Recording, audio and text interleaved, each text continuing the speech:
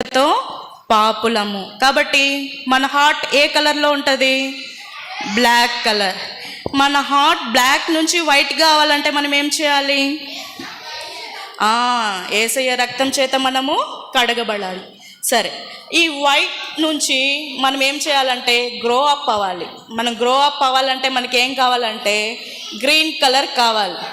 ఈ గ్రీన్ కలర్లోకి మనం వెళ్ళాలంటే మనకి చాలా కొన్ని క్వాలిటీస్ ఉండాలి. ఏం క్వాలిటీస్ అవి?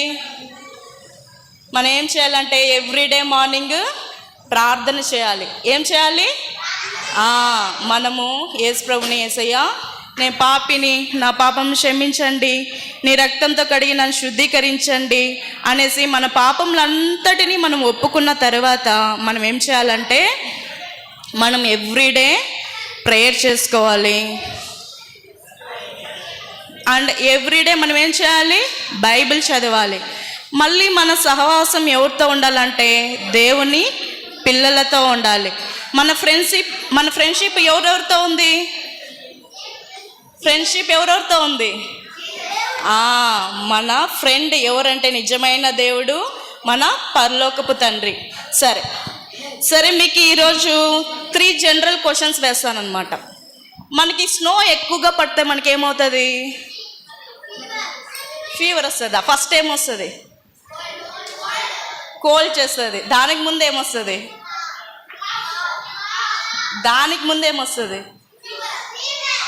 స్నో ఎక్కువగా పడుతుంటే మనకి ఏమొస్తుంది? చల్లేస్తుంది.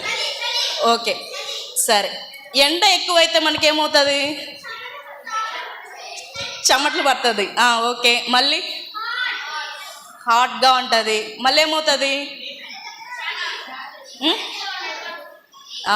హీట్ స్ట్రోక్ వస్తుంది కదా. సరే రెయిన్ ఎక్కువైతే ఏమవుతుంది?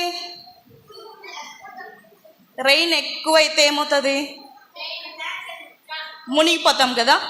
రెయిన్ ఎక్కువైందనుకో మనం ఏం చేస్తాము? మనం ఏం యూస్ చేస్తాము అప్పుడు? అంబ్రెల్లా యూస్ చేస్తాము. ఒకవేళ వడగండ్లు తెలుసా మీకు? ఐస్ పైనుండి పడుతుంది కదా. అది ఎక్కువ పడిందనుకో గొడుగు నిలుస్తుందా? నిలవదు. అప్పుడు మీరు ఏం చేయాలి? స్ట్రాంగ్గా ఉన్న ప్రదేశంలో పోయి మీరు ఏం చేయాలి? నిలబడాలి. అప్పుడేమవుతారు? మీరు రక్షింపబడతారు. ఓకే, మన యొక్క లెసన్ ఏమంటే ఈరోజు భద్రత. ఏంటి? భద్రత. ఈ భద్రత అనేది మనకి అనేక రకాలుగా ఉంటుందన్నమాట. చిన్న పిల్లలు, పాలు తాగే పిల్లలకి ఎవరి దగ్గర భద్రత ఉంటుంది? మమ్మీ దగ్గర ఉంటుంది. స్కూల్స్కి వెళ్ళే పిల్లలకి భద్రత ఎక్కడ ఉంటుంది? టీచర్స్ దగ్గర ఉంటుంది. మందిరానికి వచ్చే పిల్లలకి భద్రత ఎక్కడ ఉంటుంది? ఇప్పుడు అందరు ఎవరి కింద ఉన్నారు? ఆంటీ వాళ్ళు. ఇంకా మించితే దేవుని భద్రత కింద ఆంటీ వాళ్ళు కూడా దేవుని భద్రత కింద ఉన్నారనమాట. సరే ఆదాము హవ్వల గురించి విన్నారు కదా. ఆదాము హవ్వలు ఏం చేశారు? దేవుడు చెప్పిన దానిని తిరస్కరించారు. ఏమని? తినద్దన్న పనుని ఏం చేశారు? తిన్నారు. దానివల్ల ఏమైంది? పాపం వచ్చింది. వాళ్ళు ఏం చేశారు? ఆ బ్యూటిఫుల్ ఏదో నుంచి ఏం చేశారు? వెలివేయబడ్డారు. వెలివేయబడిన తర్వాత వాళ్ళు ఏమయ్యారంటే భూమి మీద విస్తరింపజేస్తూ వచ్చినారన్నమాట. ఏది? వాళ్ళ సంతానాన్ని. ఇప్పుడు మనం అందరం ఇంతమంది ఉన్నాం కదా. ఇంతమంది ఉండడం వల్ల కారణం ఏమంటే ఆదాము హవ్వల నుంచి మన సంతానము పెరుగుతూ వచ్చిందనమాట. సరే, ఇలా పెరుగుతూ వచ్చినప్పుడు దేవుడు ఏం చేశాడంటే మనలందరికీ సృష్టించడానికి గల కారణము, ఒక ఉద్దేశాన్ని కలిగి మనల్ని దేవుడు సృష్టించాడు. ఏమని?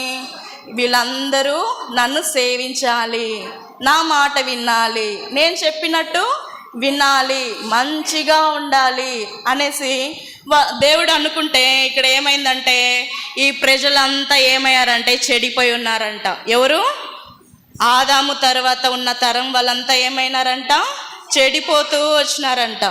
వాళ్ళు చెడిపోయి వాళ్ళ ఇష్టమైన పనులంతా చేస్తున్నారంట. వాళ్ళకి ఇష్టం వచ్చినట్టు దొంగతనాలు చేయడం, ఇష్టం వచ్చినట్టు ఇతరులను చంపేయడము, ఇతరులను కొట్టడము, ఇంకా ఇంకా ఎక్సెట్రా ఎక్సెట్రా చేస్తూ వచ్చినారనమాట. ఇలా చేస్తూ ఉంటే దేవుడు ఒకరోజు పైనుండి అబ్జర్వ్ చేస్తూ వచ్చినాడనమాట. ఏం చేసినాడు? ఇక్కడ మోరియా పిల్లలంతా VBSకి వచ్చినారు. ఇక్కడ వీళ్ళు ఏం చేస్తున్నారు? కత్తి తింటున్నారా లేదా అనేసి దేవుడు ఏం చేస్తున్నాడు? పైనుండి అబ్జర్వ్ చేస్తూ ఉంటాడనమాట. మీరు ఇప్పుడు కత్తి వినలేదనుకో, దేవుడు ఏమనుకుంటాడు?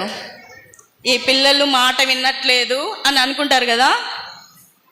సరే సరే ఆ తరంలో నోవాహు అనే ఒక వ్యక్తి ఉన్నాడనమాట. ఎవరు?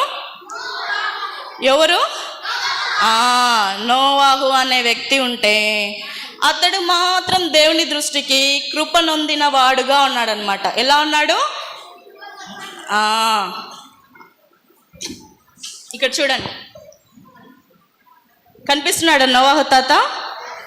ఇతడు ఏం చేసేవాడంట అంటే ఎవ్రీడే ప్రేయర్ చేసేవాడంట, దేవుని బైబిల్ చదివేవాడంట, అర్థమైందా? మందిరానికి వెళ్ళేవాడంట, దేవుడు చెప్పిన ప్రతి పని చేసేవాడంట. ఎవరు?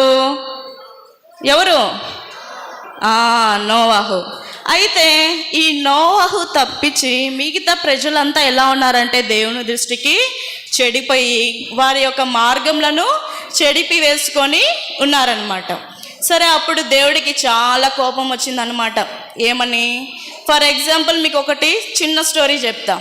మీరు ఎవరైనా ఒక చిన్న డాగ్ని తెచ్చుకున్నారనుకోండి, వెళ్ళ చెల్లించి ఒక చిన్న డాగ్ తెచ్చుకున్నప్పుడు దాన్ని మీరు ఎట్లా అపురూపంగా పెంచుకుంటారు కదా. మీరు ఏమన్నా ఎక్స్పెక్ట్ చేస్తారు దాని నుండి? ఈ డాగ్ నాతోనే ఉండాలి, నేను చెప్పిన మాట అంతా వినాలి అని ఎక్స్పెక్ట్ చేస్తారు. కొన్ని డాగులు అలా ఉంటాయా? ఆ పెట్ డాగ్ అలా ఉంటుందా? వస్తుంది మన క్లీన్గా పెట్టిన హోమ్ని అంతా ఏం చేస్తుంది?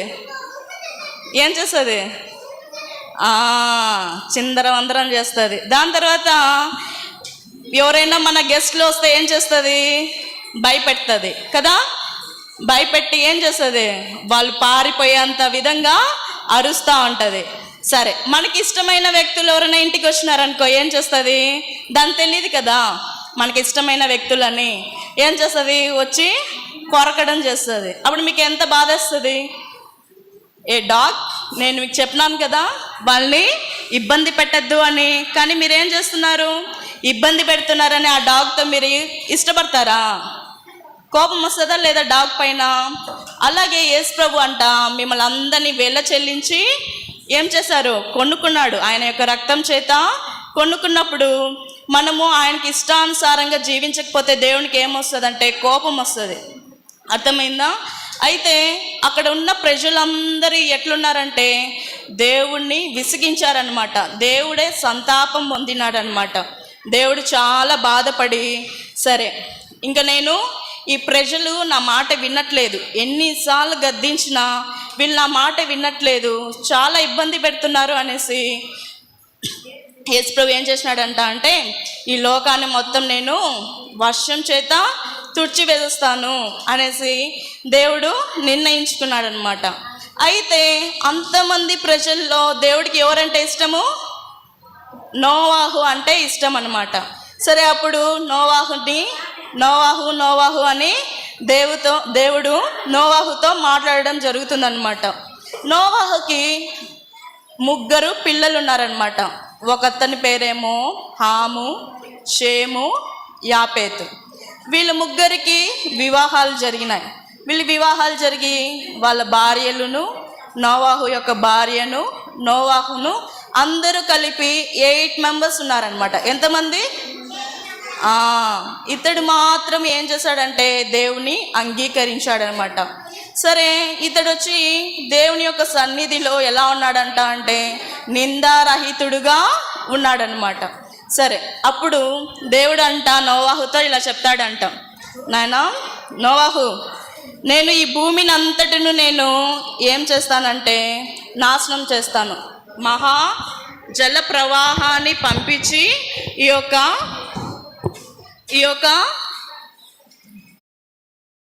బాబాజీ